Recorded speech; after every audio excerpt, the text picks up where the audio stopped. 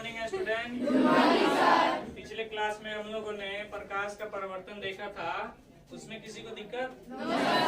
आज हम लोग नया टॉपिक लाए हैं, उसी का है प्रकाश का अपवर्तन। ठीक, देखिए प्रकाश का अपवर्तन है जिसको इंग्लिश में कहते हैं रिफ्लेक्शन ऑफ लाइट।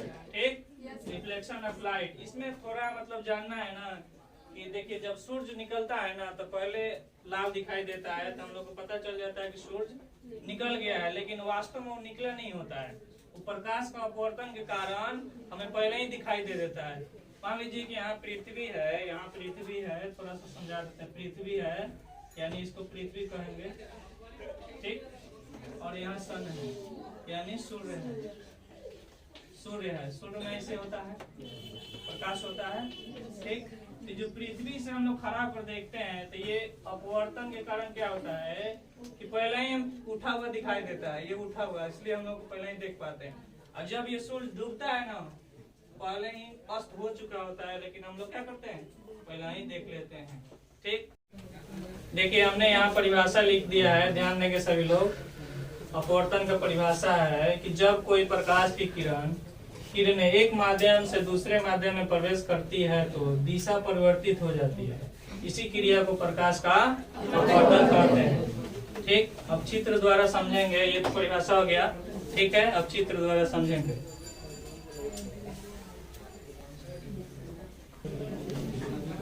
देखिए अब चित्र द्वारा समझेंगे, इसके पहले परिभाषा बताए थे हम।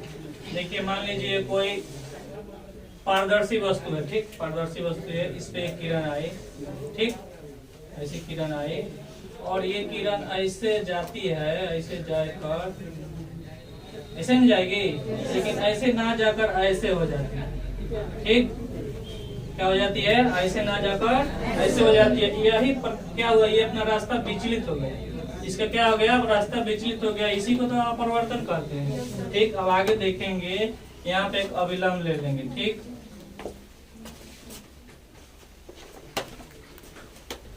ये क्या है,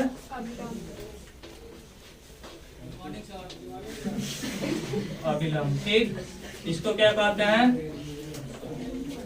बोलिए, इसको क्या कहते हैं, इसको कहते हैं आपतित किरण। ठीक, इसको बोलिए, इसको क्या बोलते हैं, अपवर्तित किरण। ठीक, ये क्या है, हमारा मूल बिंदु है। ठीक, ये क्या है, मूल बिंदु है। अब ये माध्यम हो गया 1। ठीक, ये माध्यम हो गया 2। ठीक, समझ में आ रहा है, ये माध्यम कौन सा है, ये माध्यम 2। ठीक, इसको हम इंगित करते हैं आई द्वारा, इसको करेंगे, इसको करेंगे आर द्वारा। ठीक, यहाँ साइड में लिख देते हैं आई और ये आर। ठीक, देखिए हम लोग समझने की कोशिश करते हैं कि प्रकाश का अपवर्तन जो है इसका 2 नियम होता है। जैसे हम लोग परावर्तन का सीखे थे, वह इसका भी 2 नियम होता है।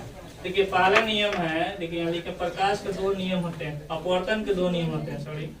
आपतित किरण, परावर्तित किरण तथा आपतन बिंदु पर अविलंब, तीनों एक ही तरह के होते हैं। देखिए हमने उसमें समझाया था, देखिए आपतित किरण, ठीक है, ये अविलंब और ये क्या है, ये एक सतह है जो पारदर्शी है, ये आपतन बिंदु जो है, यहाँ पे एक बिंदु होता है, सब क्या है, एक ही तरह के होते हैं। इसी बात को हमने यहाँ लिखा है कि आपतित किरण, अपवर्तित किरण तथा आपतन बिंदु पर अविलंब, तीनों एक ही तल में होते हैं।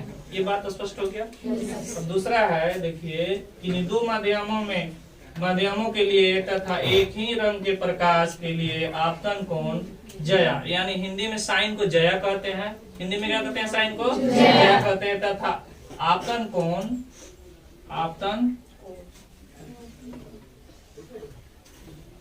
कोण की जया साइन के अनुपात में नियतांक होता है। इसके नियम में दूसरा में दिए हैं स्नेल का नियम, आप लोग जानते होंगे स्नेल का नियम। यहाँ पर हम लिखते हैं, मिटाकर लिख सकते हैं। ये तो समझ में आ गया।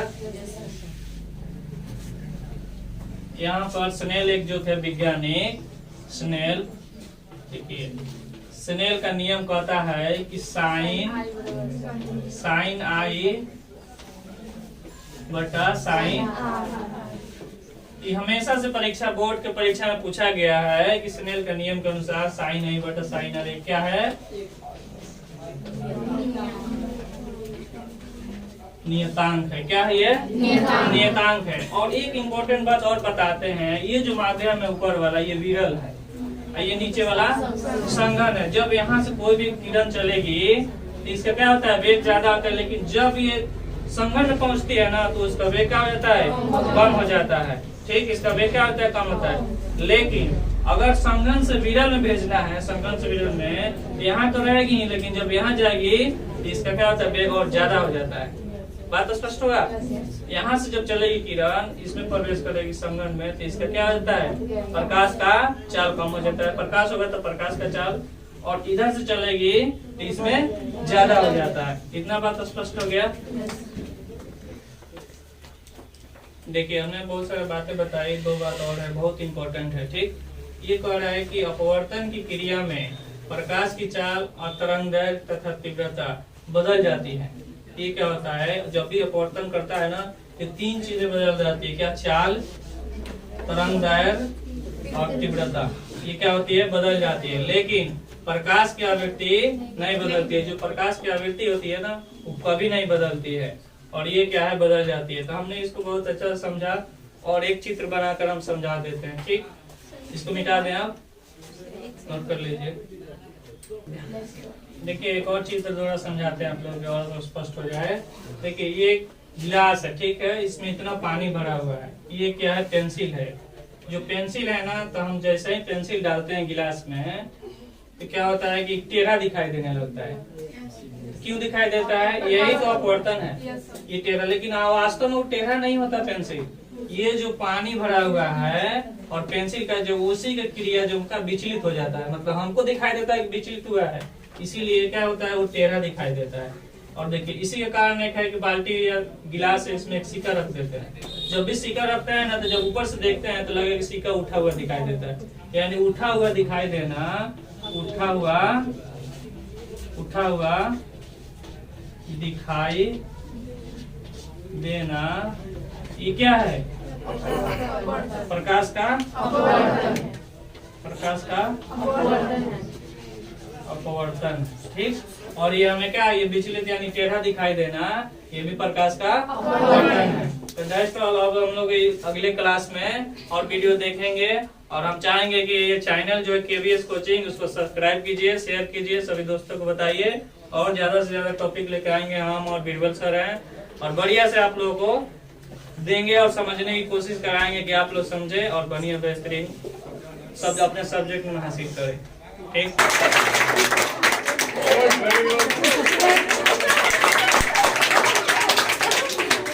आप लोग पता है कि ये अपवर्तन से प्राय ना जो टेढ़ा दिखाई देता है, सबसे पहले खोज किसने किया था? मारने वालों ने।